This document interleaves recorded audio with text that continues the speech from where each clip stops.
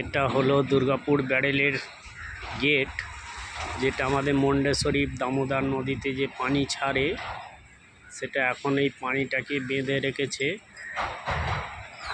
এই যে দেখতে পাচ্ছেন এখন এই পানিটা বাঁধা আছে, যখন ওভারফ্লো হয় তখন এই পানি ছাড়া হয়। ওভারফ্লোর এই ঘর, ওভারফ্লোর যে মিটার যে দেখাচ্ছে, এই যে দেখো 217 যখন উঠে যায় তখন আমাদের বন্যা হওয়ার সম্ভাবনা থাকে।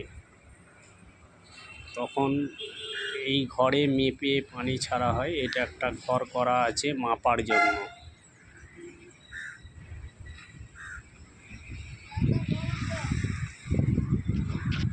এই সেই দুর্গাপুর ব্যারেল। এখানে একটা দাদু মাছ ধরছে।